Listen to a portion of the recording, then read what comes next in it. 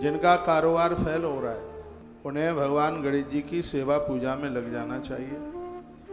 जिनकी प्रॉपर्टी को अपने कब्जे में किसी ने कर लिया है वो हर बुधवार को 21 दूर्वा भगवान गणेश के ऊपर चढ़ावे, गुड़ का भोग लगावे और छोटे छोटे बच्चों में फिर उस गुड़ का वितरण कर दे, उसको प्रसाद रूप में बांट दे।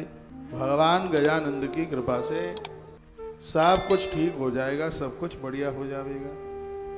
व्याधि तस्य तथा आरोग्यम बद्धो मुच्यते संकटात्। यदि कोई बीमारी में ग्रसित है, दवाइयां फायदा नहीं कर रही हैं, तो भगवान गणेश जी की कृपा से उसे आरोग्यता मिल जाएगी। मंगलवार के दिन चौथ पड़ जावे, यदि उस चतुर्थी के व्रत को करके यदि किसी बीमार व्यक्ति को समर्पित कर दिया जावे तो उसको आरोग्यता मिल जाएगी। इसको अंगारक चौथ के नाम से जानते हैं। मंगलवार को जब चतुर्थी पड़ती है उस समय गणेश चतुर्थी को अंगारक चतुर्थी के नाम से जानते हैं, और यह चतुर्थी लोगों को आरोग्यता दे देती है, उनकी बीमारी को खत्म कर देती है। इतनी बड़ी महिमा है। सर्वांग्रे पूजनम तस्या भविता मदवरेण वै पूजासु सर्वदेवानाम अग्रे संपूजितम जनः। संपूर्ण देवताओं में सबसे आगे पूजा होती है वो भगवान गजानंद की होती है। गणेश जी की पूजा करने से शीघ्र देवता अति प्रसन्न हो जाते हैं। पूजा फलम आपनोति निर्विघ्नेन वृथान्यथा।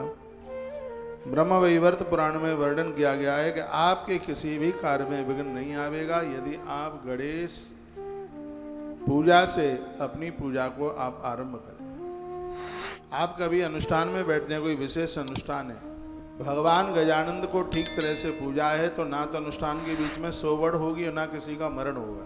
ये गणेश पुराण के अंतर्गत वर्णन है। भगवान गणेश जी की इतनी बड़ी कृपा है। अरे अनुष्ठान में बैठी हुई नारी का ऋतुकाल का समय बदल जाता है भगवान गजानंद की कृपा से। वह पूरे यज्ञ में बैठती है, पूरे अनुष्ठान में वह बैठती है। भगवान गजानंद की इतनी बड़ी कृपा है। और वैसे भी कलयुग में कालिका पुराण में लिखा है कलऊ चंडी विनायकऊ।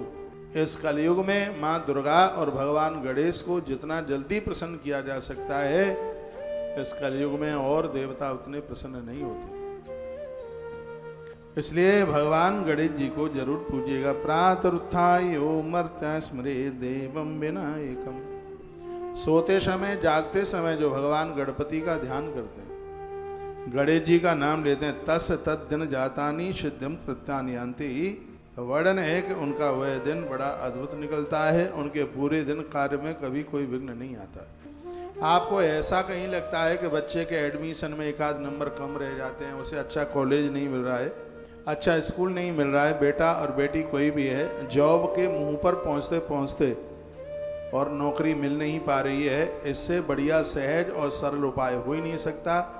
वो बच्चे 21 दूर्वा भगवान गणपति के ऊपर चढ़ाएं, भगवान गणेश सब कुछ ठीक कर देंगे, बढ़िया कर देंगे। तस् तद्विद जातानि सिद्ध कृत्यानि यान्ति। इस कलयुग में गणेश जी का स्मरण करने मात्र से मनुष्य सब कुछ प्राप्त कर लेता है। आप कोई कार्य करने के लिए जा रहे हैं और पूजा पाठ की कोई व्यवस्था नहीं है तो उस कार्य को करने से पूर्व आप भगवान गणेश का स्मरण कर लें। भगवान गजानंद स्मरण मात्र से प्रसन्न हो जाते हैं। और आपने स्मरण कर लिया है, कार्य को आरंभ किया तो कार्य में विघ्न नहीं आवेगा। ऐसे भगवान गणेश हैं। आप देखते हैं जहाँ मैं बैठता हूँ वहाँ मेरे महाराज जी के ठीक पास में भगवान गणेश जी की प्रतिमा रखी है। सफ़ेद रंग के गणेश जी और बहुत सुंदर है।